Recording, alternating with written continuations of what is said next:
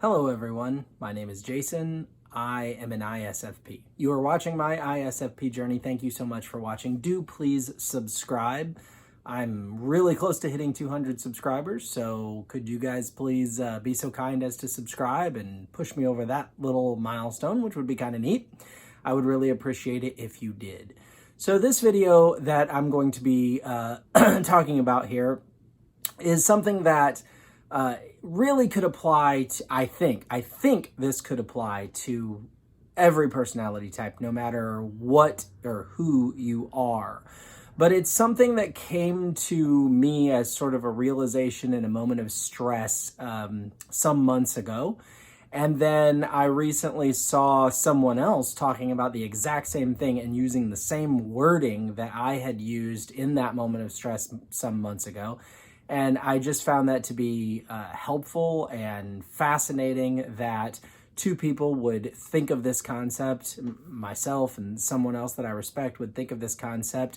And so I wanted to share it with you guys. So first of all, let me give you a little bit of the backstory. Some months ago, my wife and I were at a place, and that place was causing me, or being in that place was causing me some pretty significant stress. And for me, that stress was very much related to a sensory overload of my extroverted sensing. If you've watched enough of my videos, you know that's a big deal for me, and it can be a really big deal for most ISFPs, and I'm sure it can be a really big deal for many others too. But regardless of what it is, we all have our stressors. We all have those things that push us into a place where we are feeling so stressed that we don't know what to do. We don't know how to cope. And we run the risk in those situations of being pushed to a place where we say or do something that we will regret. Okay, so in that situation some months ago, I checked out, not just mentally, but physically. I literally walked out of the situation and went away and sat by myself for quite some time. I didn't give any explanation to anyone. I didn't tell anyone that I was leaving. Honestly, I was kind of hoping that my absence would go relatively unnoticed, and maybe to some degree it did, which was great. So when I came back in, my wife and I, then later talked about that situation, and I was trying to get across the level of stress that I had reached and why I had reached it, because obviously, I want her to be able to understand me. I want to be able to understand her. And so, it's funny because I've had that exact same situation happen numerous times, and my wife and I, again, have been married almost 23 years, but I don't know that I had really taken the time to explain it to her before, like what was going on inside of my mind. Why was I being pushed to the point that I felt the need to literally leave the situation? So the why of it all, what was I feeling and how did I get there, really isn't the point of this video. We all get there, right? We all have those things that push us to that point. I was there, so I needed to leave. And the fact that I needed to leave is part of what this video will be about, but that's what I'm getting to. So explaining this to my wife, I kind of went through the why, but then the why of the situation that got me there. But then I really went into the why of why did I leave? So have you ever had a computer that just has so many processes running? Maybe you went click crazy, who knows what, but it just kind of freezes up and it won't do anything. And the only solution is to turn it off and turn it back on. Or a video game that you're playing that glitches, and it's so glitched out, like your character's like stuck in a wall or something and you can't get him out. So all you can do is hit the reset button. I'm probably a little bit older than some of you watching this, and my first video game system ever was the Atari, and it had a reset button on it that you could press. So when the video game was locked up for some reason or whatever, you could hit the reset button and it would take it all the way back to the beginning. We all understand what a reset button does. It puts everything back at that sort of baseline, okay? So as I was talking to my wife and kind of explaining, why I walked out of the situation and why I do that from time to time, as many ISFPs do, from my understanding. It came to me to use the wording, to sort of use the analogy of the reset button. Going outside for me in that situation and staying out there until I was back to my baseline was hitting the reset button.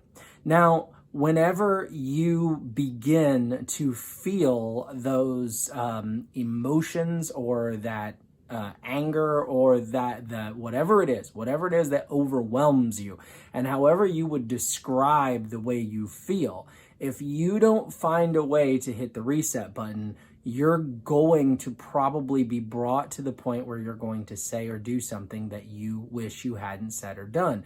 Now, for me, hitting the reset button is usually going to a place that I find to be peaceful and pleasant. A lot of the stereotypes about ISFPs are that they spend a lot of time in the woods. I do enjoy being in the woods. My wife and I took our kids on a 3+ mile hike today in the woods. And I very much enjoyed it, but I don't need to be in the woods to reset. Being in the woods can help me reset. It just depends. Or being by a creek or a lake or whatever. Those are all things that can help me to reset. But I reset well at home. I reset well a lot of times in my bedroom, just sort of being alone. I reset well any place where it's calm and quiet.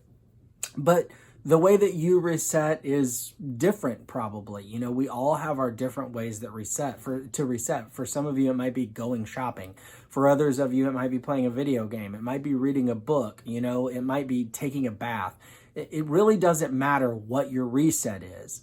And it doesn't matter what gets you to the point where you need to reset. I mean, it matters to you what those things are for you, and it matters to me what they are for me. But what I'm trying to say is universal. It applies to all of us, regardless of what gets us to that point and what we need to do to get back to our baseline.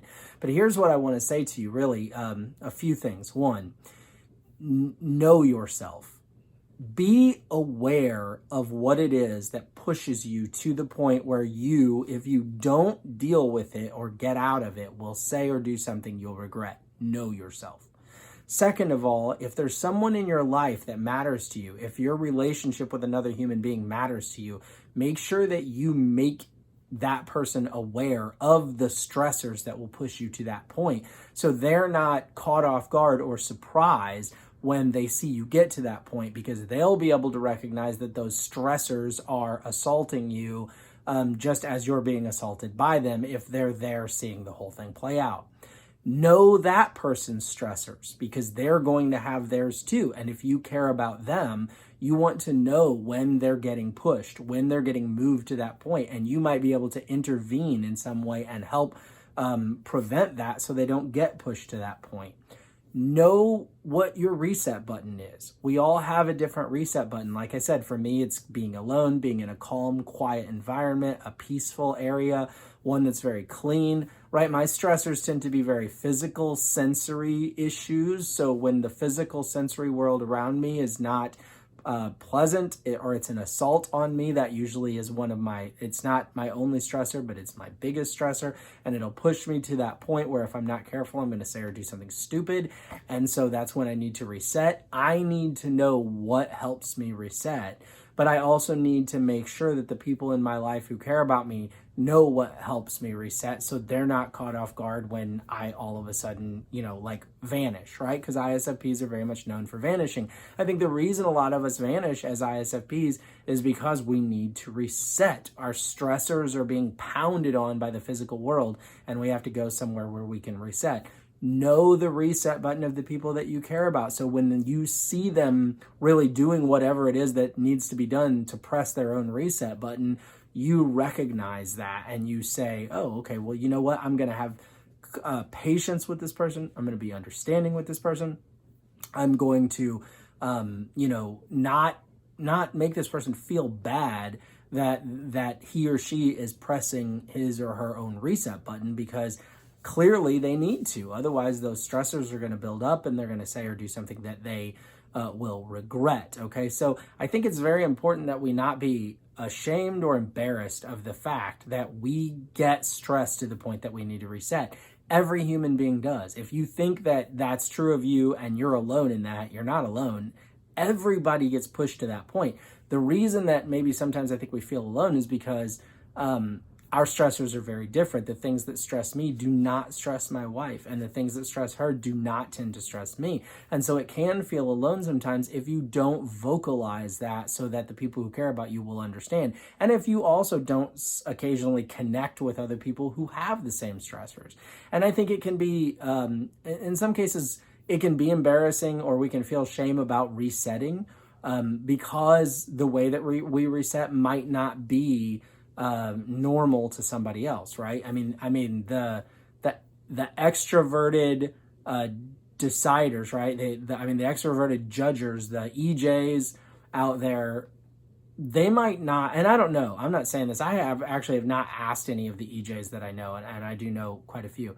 I've not asked them, like, how do they reset? So maybe what I'm about to say is totally off. But what I was going to say was the EJs may not need to go off by themselves in an alone, pleasant environment. They may have a whole different way that they reset. It might be, for some of them, it might be hanging out with friends, an ESTP or an ESFP, right? I mean, maybe for them, they reset by spending time doing something fun with friends. Whatever it is, it doesn't matter. Just make sure the people that you know about, or that you care about and that care about you, know that about you, okay? Take the time to say these things.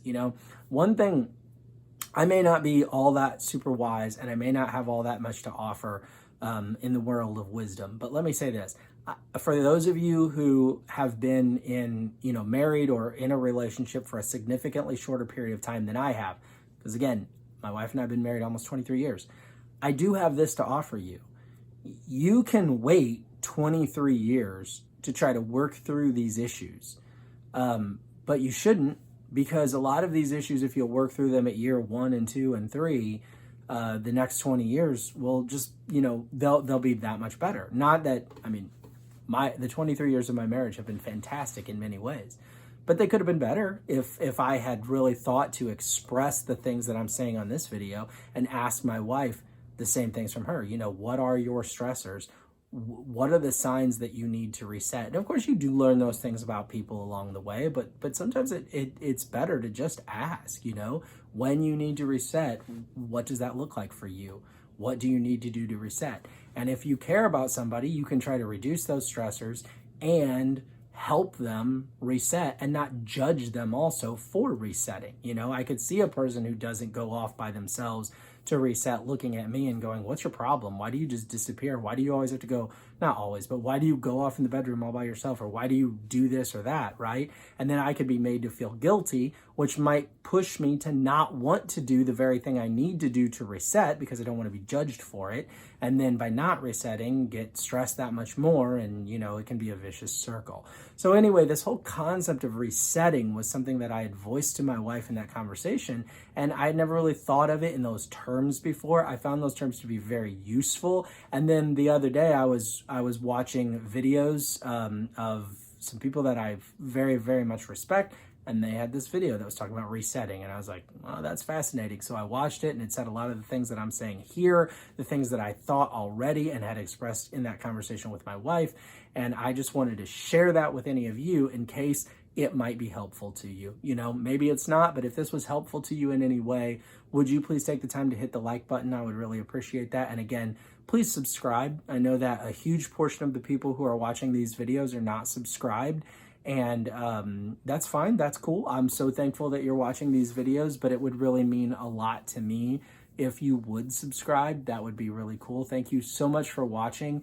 And I do hope that you have a stressor-free day. And if you do have stresses, I hope that you're able to reset in the way that best works for you. Thank you so much for watching, and have an awesome day. Bye now.